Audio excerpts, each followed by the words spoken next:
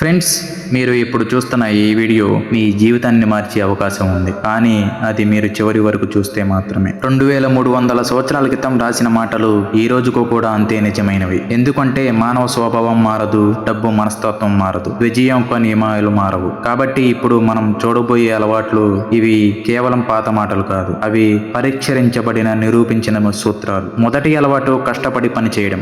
అయ్యో, ఇది అందరికీ తెలిసిన విషయమే కదా అని మీరు అనుకుంటున్నారా? ఆగండి. చాణక్యుడు కష్టపడమని చెప్పాడు, అది నిజమే. కానీ ఆయన ఎలా చెప్పాడో మీకు తెలుసా? ఆలస్యం అనర్థానికి మూలం. పనులను రేపటికి వాయిదా వేసేవారు ఎప్పటికీ విజయం పొందరు. ఇది చాలా లోతైన మాట. కష్టం అంటే నిజంగా ఏమిటి? ఫ్రెండ్స్, మనం ఒక్క నిమిషం అర్థం చేసుకోవాలి. కష్టపడడం అంటే రోజుకు 18 గంటలు పని చేయడం కాదు. కష్టపడడం అంటే సరైన పని సరైన సమయంలో చేయడం. ఒక రైతు గురించి ఆలోచించండి. వాన వచ్చే కాలంలో విత్తనాలు వేయాలి, వేసవిలో వేస్తే ఏమవుతుంది? పని అంతే చేస్తాడు, కానీ ఫలితం శూన్యం. కాబట్టి చాణక్యుడు చెప్పిన కష్టం అంటే సరైన ప్రయత్నం, సరైన సమయంలో, సరైన దిశలో. ఈ మూడు కలిసినప్పుడే కష్టానికి ఫలితం వస్తుంది. ఫ్రెండ్స్, కష్టం 3 రకాలు అని నేను నమ్ముతున్నాను. మొదటి రకం స్పందించే కష్టం. మీపై అధికారి చెప్పినప్పుడు మాత్రమే పని చేయడం, గడువు వచ్చినప్పుడు తొందరపడడం. ఇది కేవలం బతుకటం మాత్రమే. ఇలా చేసేవారు జీవితకాలం అంతా ఉద్యోగం చేస్తారు, కానీ సంపద ఏర్పరచుకోలేరు. రెండవ రకం స్థిరమైన కష్టం. ప్రతిరోజు ఎవరూ చెప్పకపోయినా నిర్దిష్టమైన పని చేయడం. ఇది సాధారణ వర్గం నుండి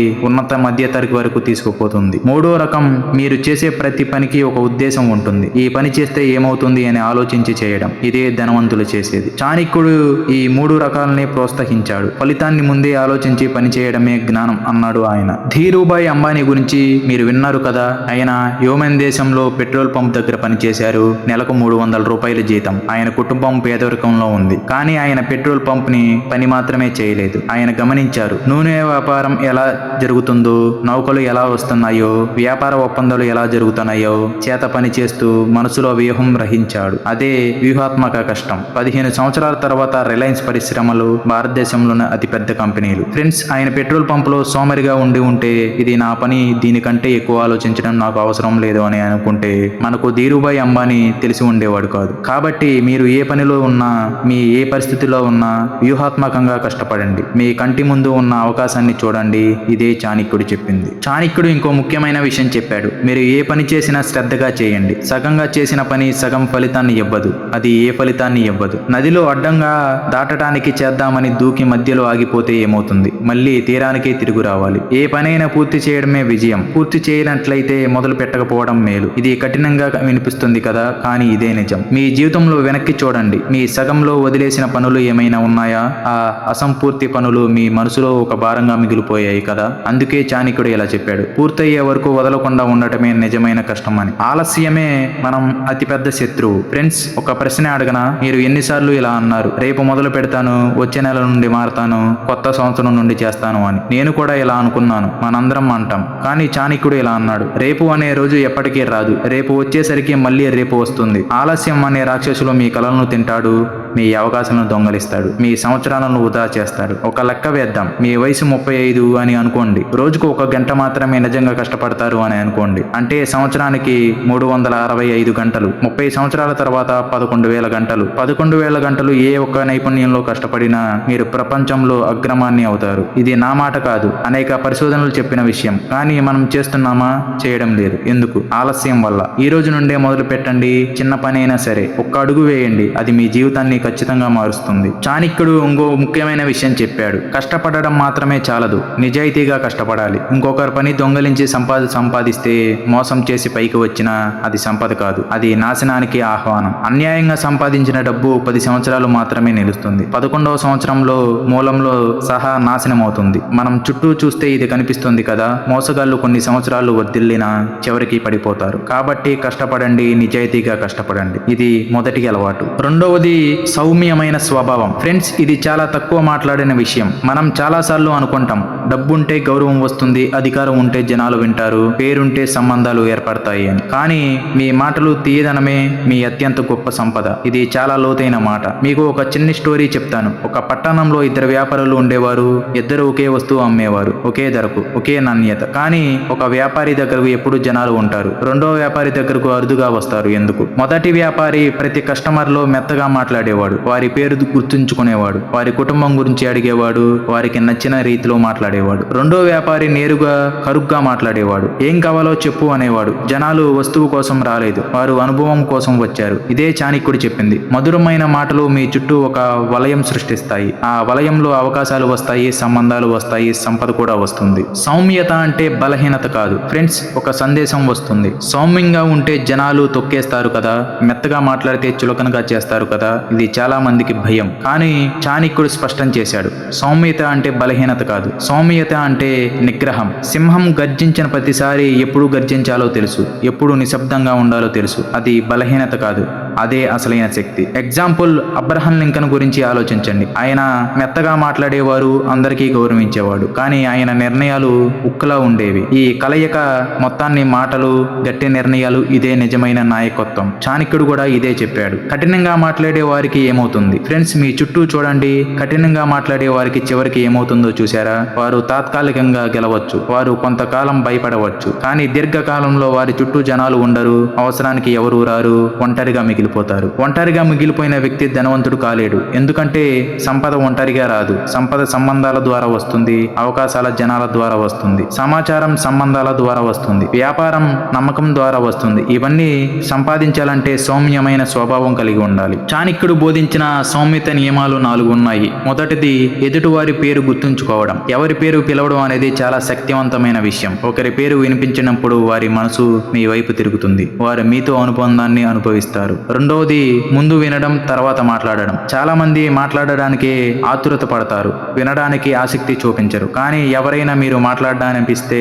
వారికి ముందు మాట్లాడనివ్వండి, వారి మాటలు వినండి, తర్వాత మీరు మాట్లాడండి. మూడవది, విమర్శను ప్రత్యక్షంగా చేయకపోవడం. ఎదుటి వారిని సమూహంలో విమర్శించడం వారి ఆహారాన్ని దెబ్బతీస్తుంది, వారు మీ శత్రువులు అవుతారు. బదులుగా ఒంటరిగా నెమ్మదిగా చెప్పండి. నాలుగవది, క్షమాపణ చెప్పడం నేర్చుకోండి. తప్పు చేసినప్పుడు నేరుగా క్షమించమని కోరడం. ఇది బలహీనత అనిపిస్తుంది, కానీ ఇది చాలా గొప్ప బలం. క్షమించమని అడిగే వ్యక్తి ముందు ఎదుటివారి హృదయం తెరుచుకుంటుంది. గుర్తుంచుకో. చాణక్యుడు ఇలా చెప్పాడు, నాలుక నియంత్రించడానికి సంవత్సరాల సాధన కావాలి, కానీ ఒక కఠినమైన మాట సంవత్సరాల సంబంధాన్ని నాశనం చేస్తుంది. ఇది చాలా నిజం కదా. ఒక్కసారి ఆలోచించండి, మీ జీవితంలో ఎవరైనా ఒక్క మాటలో మీ మనసును నొప్పించారా?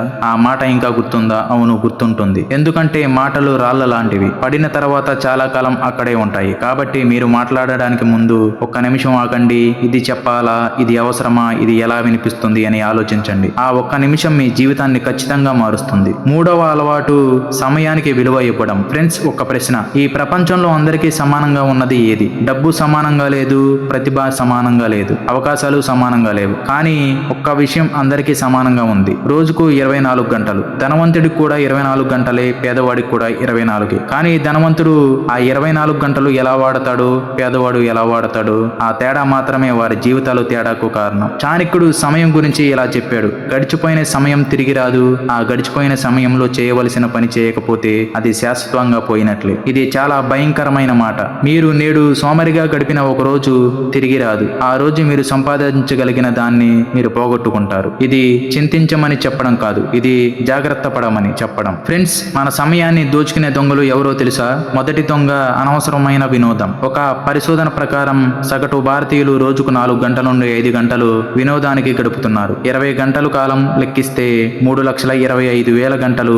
ఇది 37 సంవత్సరాల పని గంటలు సమానం. ఆ సమయంలో ఒక నైపుణ్యం నేర్చుకుంటే ఏమై ఉండేది? ఒక వ్యాపారం మొదలుపెట్టి ఉంటే, ఒక పుస్తకం రాసి ఉంటే జీవితం వేరేగా ఉండేది. రెండవదంగా అనవసరమైన మాటలు. మనం రోజుకు ఎంత సమయం అవసరమైన చర్చలతో గడుపుతున్నాం. ఇది తప్పు, అది తప్పు అని రోజంతా మాట్లాడతాం. రాజకీయాలు, క్రికెట్, ఇరుగు పొరుగు గురించి మాట్లాడతాం. ఇవి తప్పు కాదు, కానీ ఇవి మీకు ఏమైనా ఇస్తున్నాయా? లేదు, కేవలం సమయం పోతుంది. మూడవది, నిర్ణయాలు తీసుకోకపోవడం. ఇది చాలా మంది నిర్ణయాలు తీసుకోపోవడానికి భయపడతారు. తర్వాత చూద్దాం, కొంచెం ఆలోచించాలి, ఇప్పుడు కాదు అంటూ వాయిదా వేస్తారు. ఆ వాయిదా వేయడంలో ఆ సమయం పోతుంది, అవకాశాలు కూడా పోతాయి. చాణక్యుడు సమయ నిర్వహణ గురించి ఏం చెప్పాడో వినండి. రోజుని 4 విభాగాలుగా విభజించుకోవాలి. మొదటి భాగం ధర్మకాలం. ఉదయం సమయం మనసు శుద్ధంగా ఉంచండి. ఈ సమయంలో ముఖ్యమైన పని చేయాలి, కొత్త విషయాలు నేర్చుకోవాలి, ముఖ్యమైన నిర్ణయాలు తీసుకోవాలి. రెండవ భాగం అర్ధకాలం. పగలు సమయం శక్తి ఉంటుంది. ఈ సమయంలో శారీరక శ్రమ చేయాలి, కలవడాలు, వ్యాపారం చేయాలి. మూడవది కామకాలం, సాయంత్రం సమయం. రోజు అలసిపోయాం, ఈ సమయంలో కుటుంబంతో ఉండాలి, సేదా తీరాలి, చిన్న చిన్న పనులు చేయాలి. నాలుగవది మోక్షకాలం, రాత్రి సమయం. ఈ సమయంలో ధ్యానం చేయాలి, నేను ఈ రోజు ఏం చేశాను అని ఆలోచించాలి, రేపు ఏం చేయాలో ప్రణాళిక వేయాలి. ఈ 4 భాగాలు పాటిస్తే మీ జీవితం పూర్తిగా మారుతుంది. ఫ్రెండ్స్, నేను మీకు ఒక నియమం చెప్తాను, 1 గంట నియమం. ప్రతిరోజు 1 గంట మాత్రమే మీ స్వంత అభివృద్ధి కోసం వాడండి. అది చదవడం కావచ్చు, నైపుణ్యం నేర్చుకోవడం కావచ్చు, వ్యాయామం చేయడం కావచ్చు, వ్యాపార ప్రణాళిక కావచ్చు. కానీ 1 గంట మాత్రం ఇతరుల పనులు వాడకండి. రోజుకు 1 గంట, సంవత్సరానికి 365 గంటలు, 10 సంవత్సరాలకు 3645 గంటలు. ఈ సమయంలో మీరు ఏ రంగంలో కష్టపడినా మీరు నిపుణులు అవుతారు. ఒక మంచి అలవాటు రోజు పాటించడమే మేలు, అది మిమ్మల్ని మహానీయుల మార్గంలో నడిపిస్తుంది. 4వ అలవాటు వృధా ఖర్చులు తగ్గించడం. ఫ్రెండ్స్, ఇది చాలా సున్నితమైన విషయం, ఎందుకంటే డబ్బు గురించి మాట్లాడటం మన సమాజంలో సరిగ్గా నేర్పించలేదు. బాగా సంపాదిస్తున్నారా, అందరికీ చెప్పుకోవడానికి గర్వం. అప్పుల్లో ఉన్నారా, దాచుకోవడానికి సిగ్గు. ఆదా చేస్తున్నారా, లోబీ అంటారు. ఇలాంటి ఆలోచనలు మనల్ని పేదలుగానే ఉంచుతాయి. 10 రూపాయలు నిజాయితీగా సంపాదించిన 11 ఖర్చు చేస్తే ధనవంతుడు కూడా పేదవాడవుతాడు. 10 సంపాదించి 9 ఖర్చు చేస్తే పేదవాడు కూడా ధనవంతుడు అవుతాడు. ఇది చాలా తేలికగా అర్థమవుతుంది, కానీ ఆచరించడం మాత్రం చాలా కష్టం. ఎందుకు కష్టం అంటే మన చుట్టూ ఖర్చు చేయమని నెట్టే శక్తులు చాలా ఉన్నాయి. వ్యాపారులు మీకు అవసరం లేనివి అమ్మాలని చూస్తారు. సమాజం మీరు ఖర్చు చేసి తమకు సమానంగా కనిపించాలని అనుకుంటుంది. మీ మనసు ఇప్పుడే సంతోషపడడానికి అడుగుతుంది. ఆదాయం చేయడం వల్ల వచ్చే శక్తులు. ఫ్రెండ్స్, ఒక లెక్క చూద్దాం. మీరు రోజు 200 రూపాయలు మాత్రం ఆదా చేస్తారు అనుకోండి, నెలకు 6,000, సంవత్సరానికి 72,000. ఈ 72,000 మంచి చోట పెట్టుబడి పెట్టండి అనుకోండి, సంవత్సరానికి 12% వడ్డీ వస్తుందని అనుకోండి. 10 సంవత్సరాలకు మీ దగ్గర 13 లక్షల రూపాయలు ఉంటాయి. 20 సంవత్సరాలకు మీ దగ్గర 52 లక్షలు ఉంటాయి. 30 సంవత్సరాలకు మీ దగ్గర 2 కోట్ల రూపాయలు ఉంటాయి. రోజుకు కేవలం 200 రూపాయలు, ఒక్క కాఫీ ధర. ఇది చాణక్యుడు నేర్పించిన పాఠం. చిన్న మొత్తాలు స్థిరంగా ఆదా చేయడం కాలక్రమేణా పెద్ద సంపదగా మారుతుంది. గుర్తుంచుకో, అన్ని ఖర్చులు చెడ్డవి కాదు. చాణక్యుడు ఖర్చు చేయొద్దని చెప్పలేదు, వృధా ఖర్చు తగ్గించమన్నాడు. తేడా ఏమిటి? అనవసరమైన ఖర్చు. మీ ఆరోగ్యానికి పెట్టే డబ్బు, మీ విద్యకు పెట్టే డబ్బు, మీ కుటుంబ సంక్షేమానికి పెట్టే డబ్బు, మీ వ్యాపారానికి పెట్టే డబ్బు, ఇవి పెట్టుబడులు, ఇవి తిరిగి వస్తాయి. కానీ ఇతరులకు చూపించుకోవడానికి పెట్టే డబ్బు, ఒక్కసారి పడేసే వస్తువులు పెట్టే డబ్బు, అవసరం లేని నచ్చిన వస్తువులు పెట్టే డబ్బు, ఇవి జీవితాన్ని తిరిగి ఇవ్వవు. ఫ్రెండ్స్, నేను మీకు ఒక కష్టమైన ప్రశ్న అడగాలి. మీరు గత నెలలో పెట్టిన ఖర్చులు అవన్నీ గుర్తు చేసుకోండి. వాటిలో ఎన్ని నిజంగా అవసరమైనవి, ఎన్ని కేవలం ఆ క్షణంలో కావాల్సి అనిపించినవి. చాలా మంది ఈ ప్రశ్న సమాధానం చూసి ఆశ్చర్యపోతారు కదా. చాణక్యుడు అర్థశాస్త్రంలో చెప్పిన కొన్ని ఆర్థిక సూత్రాలు. మొదటిది, ముందు ఆదా చేయండి, తర్వాత ఖర్చు చేయండి. చాలా మంది తప్పుగా చేస్తారు. ముందు ఖర్చు చేసి మిగిలింది కదా ఆదా చేద్దాం అనుకుంటారు, కానీ ఎప్పుడూ మిగలదు. 10 సంపాదించిన వెంటనే 1 ఆదా చేయండి, తర్వాత 9తో జీవించండి. రెండవది, అప్పు చేయడంలో జాగ్రత్తలు తీసుకోవడం. అప్పు స్పరం వంటిది, మింగిన విషమే. అవసరమైతేనే అప్పు చేయండి, అప్పు చేసినప్పుడు వేగంగా తీర్చండి. మూడవది, వైవిధ్యంగా పెట్టుబడి పెట్టండి. అన్ని గుడ్లు ఒక్క బుట్టలో వేయకండి అని చాణక్యుడు చెప్పాడు. వేరు చోట్ల పెట్టుబడి పెట్టండి, ఒక చోట నష్టం వచ్చినా మిగతా మిమ్మల్ని కాపాడతాయి. ఫ్రెండ్స్, ఒక ముఖ్యమైన తేడా అర్థం చేసుకోవాలి. జీవన విధానం అంటే మీరు ఎంత ఖర్చు చేస్తున్నారు, జీవన ప్రయాణం అంటే మీరు ఎంత సంతోషంగా జీవిస్తున్నారు. ఈ రెండు ఒకే కాదు. చాలా మంది అది ఖర్చు చేస్తారు, కానీ వారు సంతోషంగా ఉంటారా? మరోవైపు కొంతమంది తక్కువ ఖర్చు చేస్తారు, కానీ వారు సంతోషంగా ఉంటారు. సంతుష్టుడు అత్యంత ధనవంతుడు, అసంతుష్టుడు ఎంత సంపన్నుడైనా పేదవాడే. ఇది చదవడానికి తేలికగా ఉంటుంది, కానీ ఇందులో చాలా గాఢమైన సత్యం ఉంది. మీరు జీవితానికి సంతుష్టుడిగా ఉంటే ముందు మీకు ఏది నిజంగా అవసరమో అర్థం చేసుకోండి. అది మాత్రమే సంపాదించండి, అది మాత్రమే ఖర్చు చేయండి, మిగతాది ఆదా చేయండి. 5వ అలవాటు, ఆలోచనలు రహస్యంగా ఉంచడం. ఇది చాణక్య నీతిలో అత్యంత శక్తిమైన పాఠంలో ఒకటి, కానీ దీన్ని చాలా మంది తప్పుగా అర్థం చేసుకుంటారు. మీ మనసులోని సంకల్పాన్ని పూర్తవడానికి ముందే బయట పెట్టకండి. బయట పెట్టిన సంకల్పం బలహీన పడిపోతుంది. ఇది ఎందుకు? ఆలోచన చెప్పడంలో వచ్చే సమస్యలు ఏమిటంటే, మెదడు గురించి ఒక ఆసక్తికరమైన విషయం ఉంది. మనం ఒక లక్ష్యం గురించి ఇతరులకు చెప్పినప్పుడు మన మెదడు అనుకుంటుంది పని పూర్తయిందని. అవును, కేవలం చెప్పడం ద్వారా మన మెదడు సంతృష్టి కలుగుతుంది, మనం చేయకుండానే సంతోషపడతాం. ఎగ్జాంపుల్, మీరు జిమ్కి వెళ్ళాలని నిర్ణయించుకున్నారు అనుకోండి. ఆ నిర్ణయం అందరికీ చెప్పారు, ఆ రాత్రి మీకు మంచి అనుభూతి కలుగుతుంది. మరుసటి రోజు జిమ్కి వెళ్ళే ఉత్సాహం తగ్గిపోతుంది.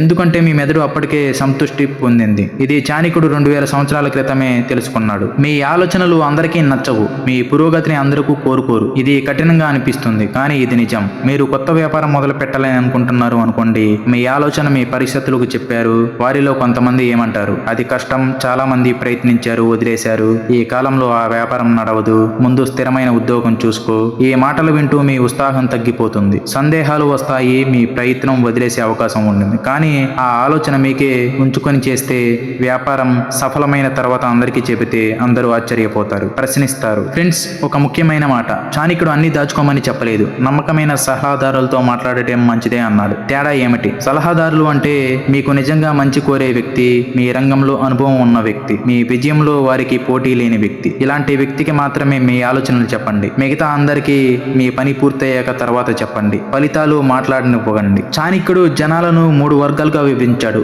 1 మిత్రులు, వీరు మీ విజయానికి నిజంగా కోరుకుంటారు, మీరు పడిపోయినప్పుడు లేవదీస్తారు, వీరికి మీ ఆలోచనలు చెప్పవచ్చు. 2వది తటస్థులు, వీరికి మీరు పైకి వెళ్ళడం చాలా ఇష్టం లేదు, పడిపోవడం కూడా ఇష్టం లేదు, వీరికి మీ గురించి పట్టింపు లేదు, వీరికి మీ ఆలోచనలు చెప్పడం అవసరం లేదు. 3వోళ్ళు శత్రువులు, వీరు మీ వైఫల్యాన్ని కోరుకుంటారు, వీరు పైకి వస్తే వారికి కష్టంగా అనిపిస్తుంది, వీరికి మీ ఆలోచనలు చెప్పడం ప్రమాదకరం. మీ చుట్టూ ఉన్న జనాలు ఏ వర్గానికి చెందిన వారు గుర్తించడమే జ్ఞానం, ఇది మీ జీవితాన్ని ఖచ్చితంగా మారుస్తుంది. ఫ్రెండ్స్, సైలెన్స్ గురించి చాణక్యుడు ఒక అద్భుతమైన విషయం చెప్పాడు. మాట్లాడే వారికి అందరూ వింటారు, కానీ నిశ్శబ్దంగా పనిచేసే వారికి అందరూ గౌరవిస్తారు. ఎగ్జాంపుల్, ఒక సరస్సు గురించి ఆలోచించండి, అది ఎంత లోతుగా ఉంటే అంత నిశ్శబ్దంగా ఉంటుంది. నిస్సారమైన వాగు ఎంత శబ్దం చేస్తుంది, అలానే లోతైన జ్ఞానం ఉన్నవారు తక్కువ మాట్లాడతారు, వారి పని వారి గురించి చెప్తుంది. కాబట్టి ఫ్రెండ్స్, మాట్లాడడం తగ్గించండి, పని పెంచండి, ఫలితాలు మిమ్మల్ని మాట్లాడిస్తాయి, గుర్తుంచుకో. ఫ్రెండ్స్, మనం ఇప్పుడు 5 అలవాట్ల గురించి చదివాం, కానీ ఇవి వేరువేరుగా పని చేయవు,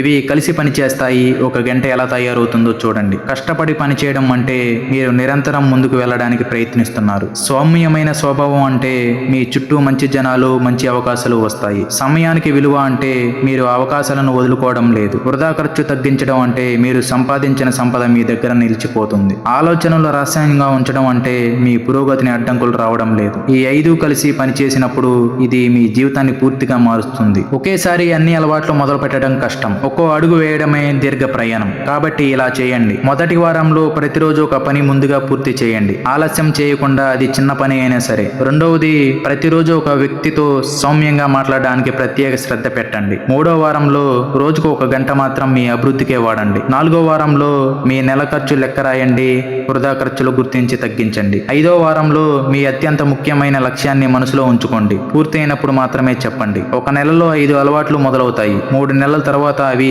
స్థిరపడతాయి, 1 సంవత్సరం తర్వాత అవి మీ జీవితంలో ఒక భాగం అవుతాయి. ఫ్రెండ్స్, ఒక్కరోజు తప్పుపోయినా, 1 వారం విఫలమైనా వదిలేయకండి. పడిపోవడం తప్పు కాదు, లేవకపోవడం తప్పు. ప్రతి విజయవంతుడు ఎన్నోసార్లు పడిపోతాడు, కానీ వారు మళ్ళీ లేస్తారు, మళ్ళీ మొదలు పెట్టారు, వారి లక్ష్యం మారలేదు, వారి సంకల్పం బలహీనపడలేదు. మీరు కూడా అలాగే చేయగలరు, మీలో ఆ శక్తి ఉంది. ఫ్రెండ్స్, మనం 5 అలవాట్ల గురించి చర్చించాం, కానీ చాణక్యుడు ఇంకా చాలా విలువైన పాఠాలు చెప్పాడు. వాటిల్లో కొన్ని మీరు పంచుకోవాలని ఉంది. ఇవి విన్న తర్వాత మీరు ఏమనుకుంటున్నారు? ఎంత సులభమైన మాటలు, ఎందుకు ఇంతకాలం నేను ఇవి ఆచరించలేదు అని. మీరు ఎవరితో కలుస్తారో మీరు అలాగే తయారవుతారు. ఇది చాలా శక్తివంతమైన సత్యం. మీ చుట్టూ ఉన్న 5 జనాలు సంఘట ఆదాయం చూడండి, అది దాదాపు మీ ఆదాయం ఉంటుంది. ఆశ్చర్యంగా ఉంది కదా, కానీ ఇది నిజం. మీరు ఎవరితో అధికంగా సమయం గడుపుతారో వారి ఆలోచనలు మీకు అంటుకుంటాయి, వారి అలవాట్లు మీలోకి వస్తాయి, వారి స్థాయికి మీరు వెళ్ళిపోతారు. కాబట్టి జాగ్రత్తగా ఎంచుకోండి. మీరు పెరగాలనుకుంటే మీకంటే పెద్దవారితో సమయం గడపండి, వారి నుండి నేర్చుకోండి, వారి ఆలోచన విధానం మీలోకి వస్తాయి. చాణక్యుడు ఇలా అన్నాడు, ఆరోగ్యం పోయిన తర్వాత సంపద వల్ల ఉపయోగం ఏమీ ఉండదు. ఇది ఈ రోజు మనకు చాలా అవసరమైన మాట. మన ఆరోగ్యాన్ని పణంగా పెట్టి డబ్బు సంపాదిస్తాం, తర్వాత ఆ డబ్బుతో ఆరోగ్యం తిరిగి కొనుక్కోవాలని ప్రయత్నిస్తాం. ఇది ఎంత తెలివి తక్కువ పని అయినా మనం చేస్తున్నాం. ప్రతిరోజు మీ శరీరానికి మనసు సమయం ఇవ్వండి, ఇది మీ అత్యంత ముఖ్యమైన పెట్టుబడి. వ్యాయామం, సరైన ఆహారం, సరైన నిద్ర, ఈ 3 పాటిస్తే మీరు 20 సంవత్సరాలు అదనంగా ఉత్పాదకంగా జీవించవచ్చు. 20 సంవత్సరాల ఉత్పాదకత ఎంత విలువైనదో మీరు ఊహించగలిగారా? చాణక్యుడు ఒకటి చెప్పాడు. చాణక్యుడు స్వయంగా గురువు, ఆయన గురువు విలువ గురించి చాలా మాట్లాడారు. గురువు లేకుండా సాధించినది అర్థం లేనిది. నీటిలో నిండిన గిన్నె కంటే జ్ఞానంతో నిండిన మనసు శ్రేష్టమైనది. ఫ్రెండ్స్, నేటి కాలంలో గురువు అంటే పాఠశాలలో చదువు చెప్పేవారు మాత్రమే కాదు. మీరు చదివే పుస్తకాలు మీ గురువులు, మీరు వినే పాఠాలు మీ గురువులు, మీ విజయాలు మీ పాఠాలను నేర్పే గురువులు, మీ వైఫల్యాలు అంతకంటే పెద్ద గురువులు. ఏ మనిషి అయినా ఏ అనుభవం అయినా మీరు నేర్పిస్తే వినే మనసు, నేర్చుకునే సంసిద్ధత కావాలి. ఆ సంసిద్ధత ఉన్నవారు ఎప్పటికీ ఓడిపోరు. ఫ్రెండ్స్, ఒక బిందువు పైన కేంద్రించిన కాంతి మంటలు వెలిగిస్తుంది. అలాగే ఒక లక్ష్యంపై కేంద్రీకరించిన మనసు అద్భుతాలు సాధిస్తుంది. ఇది ఎంత నిజమో చూడండి. సూర్యుని వెలుతురు సాధారణంగా పడినప్పుడు చల్లగా అనిపిస్తుంది, కానీ అదే వెలుతురు ఒక అద్దం ద్వారా ఒక బిందువుపై కేంద్రించినప్పుడు అది మంటలు లేపుతుంది. మన శక్తి కూడా అలానే ఉంటుంది. మనం చాలా పనులు ఒకేసారి చేయాలని ప్రయత్నిస్తాం, ఫలితంగా ఏ పని సరిగ్గా అవ్వదు. ఒక్క పనిపై దృష్టి పెట్టండి, దాన్ని పూర్తి చేయండి, తర్వాత మరొక పని వెళ్ళండి. ఇదే చాణక్యుడు ఏకగ్రత సూత్రం. ఫ్రెండ్స్, ఒకరిని చిన్నబుచ్చే వారిని నమ్మకండి, కానీ మిమ్మల్ని మీరు చిన్నబుచ్చుకోవడం అన్నిటికంటే పెద్ద నేరం. ఫ్రెండ్స్, ఇది చాలా ముఖ్యమైన మాట. మనకు చాలా సార్లు అనిపిస్తుంది, నాకు చేత అవుతుందా, నేను అర్హుణ్ణి కాదు, ఇతరులు నాకంటే తెలివైన వారు. ఇవన్నీ అబద్ధాలు. మీకు మీరు విధించిన పరిమితులే మిమ్మల్ని ఆపుతున్నాయి, బయటి ప్రపంచం కాదు. చాణక్యుడు తనను తాను నమ్మాడు. ఒంటరి బ్రాహ్మణుడు రాజ్యాన్ని నిర్మించగలగాడని నమ్మాడు, అందుకే నిర్మించాడు. మీరు ఏ పరిస్థితుల్లో ఉన్నా మీరు మీ జీవితాన్ని మార్చుకోగలరు. ఆ విశ్వాసమే మొదటి అడుగు. ఫ్రెండ్స్, మీకు ఒక రియల్ ఎగ్జాంపుల్ చెప్తాను. మనం ఇప్పుడు కొన్ని నిజమైన జీవిత ఉదాహరణలు చూద్దాం. ఈ ఉదాహరణలు చూసిన తర్వాత మీకు అర్థమవుతుంది, చాణక్యుడు చెప్పింది కేవలం పాతకాలపు మాటలు కాదు, అవి ఈ రోజులు కూడా అంతే పనిచేస్తున్నాయి అని. రతన్ టాటా గురించి ఆలోచించండి. ఆయన పేరున్న కుటుంబంలో పుట్టాడు, కానీ ఆయన ఒక స్థానాన్ని తానే సంపాదించుకున్నాడు. ఆయన కష్టపడ్డాడు, కార్మికులతో పాటు ఉన్నారు, నేల మీద నిలబడి పనిచేశారు, సౌమ్యంగా మాట్లాడారు, అందరినీ గౌరవించారు. తనకంటే చిన్న ఉద్యోగిని కూడా పేరు పెట్టి పిలిచేవారు. సమయానికి విలువ ఇచ్చారు, ప్రతి నిర్ణయం సమయాన్ని తీసుకున్నారు, వృధా ఖర్చులు తగ్గించారు, సంపద నిర్మించారు. ఆ సంపదతో ఇతరులను చేర్చుకున్నారు, ఆలోచనలు దాచారు, పోటీదారులకు ముందే చెప్పలేదు, వ్యూహాలు అమలు చేసిన తర్వాత మాత్రమే ప్రకటించారు. ఇవి చాణక్యుడు 5 అలవాట్లు కదా. ఫ్రెండ్స్, ఇప్పుడు ఒక సాధారణ వ్యక్తి కథ చెప్తాను. ఆయన పేరు రామయ్య. ఒక చిన్న గ్రామంలో పుట్టాడు. కుటుంబంలో డబ్బు లేదు, చదువు 10 వరకు మాత్రమే. 20 ఏళ్ల పట్టణానికి వచ్చాడు. ఒక దుకాణంలో సహాయకుడిగా చేశాడు. నెలకు 3000 రూపాయల జీతం. కానీ రామయ్యలో ఒక తేడా ఉంది. ఆయన ప్రతిరోజు తొందరగా వచ్చేవాడు, ఆఖరి వరకు ఉండేవాడు, ఎప్పుడు సాకులు చెప్పేవాడు కాదు. కస్టమర్లతో ఎంతో మెత్తగా మాట్లాడేవాడు, వారి అవసరాలు గుర్తుంచుకునేవాడు, పేర్లు గుర్తుంచుకునేవాడు. రోజు తన జీవితంలో 500 ఆదా చేసేవాడు. బంధువులు అడిగినా, పెళ్లిళ్ళు వచ్చినా ఆ అలవాటు మాత్రం మానలేదు. తన కొత్త వ్యాపారం ఆలోచన ఎవరికీ చెప్పలేదు. 2 సంవత్సరాలు ఆదా చేశాడు. 3వ సంవత్సరంలో తన స్వంత చిన్న దుకాణం తెరిచాడు. ఇప్పుడు 10 సంవత్సరాల తర్వాత ఆయన దగ్గర 3 దుకాణాలు ఉన్నాయి, 10 మంది ఉద్యోగులు ఉన్నారు. రామయ్య ఏ ప్రత్యేకమైన చదువు చదవలేదు, ఏ పట్టుబడిదారులకు ఆయన డబ్బు ఇవ్వలేదు. ఆయన చేసింది ఒక్కటే, చాణక్యుడు 5 అలవాట్లు పాటించాడు, అది చాలు. ఫ్రెండ్స్, మనం పూర్తిగా ఆర్థిక అంశాల గురించే మాట్లాడాం, కానీ చాణక్యుడు కేవలం ఆర్థిక శాస్త్రం మాత్రమే నేర్పించలేదు, ఆయన జీవన శాస్త్రం నేర్పించాడు. ఆయన అన్నాడు, ధనం సాధనం మాత్రమే లక్ష్యం కాదు, ధనంతో మీరు ఏమి సంపాదించాలనుకుంటున్నారో అది ముఖ్యం. ఇది చాలా లోతైన మాట. సంపద అంటే ఏమిటి అని అందరూ అడుగుతున్నారు, కానీ సంపద ఏమీ కాదు అని కూడా అర్థం చేసుకోవాలి. సంపద అంటే అహంకారం కాదు, సంపద అంటే ఇతరులను చులకన చేసుకోవడం కాదు, సంపద అంటే భయపెట్టడం కాదు, సంపద అంటే ఒంటరిగా పొంగిపోవడం కాదు. ధనం ఇచ్చే గొప్ప శక్తి, ఆ శక్తికి ఇతరుల కోసం వాడటమే నిజమైన ధనవంతుడు. చూడండి, చాణక్యుడు ఎంత సరళంగా చెప్పాడు. మీరు ధనవంతులు కావడం ఒక్క మీ కోసం కాదు, మీ కుటుంబం కోసం, మీ సమాజం కోసం, మీ భవిష్యత్తు తరాల కోసం. ఫ్రెండ్స్, చివరిగా ఒక ముఖ్యమైన విషయం, సంతోషం వెతుక్కుంటే దొరకదు, మీరు మీ పనిని సరిగ్గా చేసినప్పుడు అది మీ వెనకాల నడుస్తుంది. ఇది ఎంత నిజమైన మాటో చూడండి. సంతోషం వెతుక్కోవడం ఆపండి, మీ లక్ష్యంపై దృష్టి పెట్టండి, 5 అలవాట్లు పాటించండి, మీ ధర్మం నేర్పించండి. సంతోషం, సంపద రెండూ మీ వెనకే వస్తాయి. ఇది చాణక్యుడు 2300 సంవత్సరాల క్రితమే హామీ ఇచ్చిన మాట. ఫ్రెండ్స్, ఈ వీడియో మీకు నచ్చినట్లయితే లైక్ చేయండి, షేర్ చేయండి. ఇలాంటి మరిన్ని లోతైన వీడియోల కోసం మన ఛానల్ని సబ్స్క్రైబ్ చేయండి. Thank you for watching.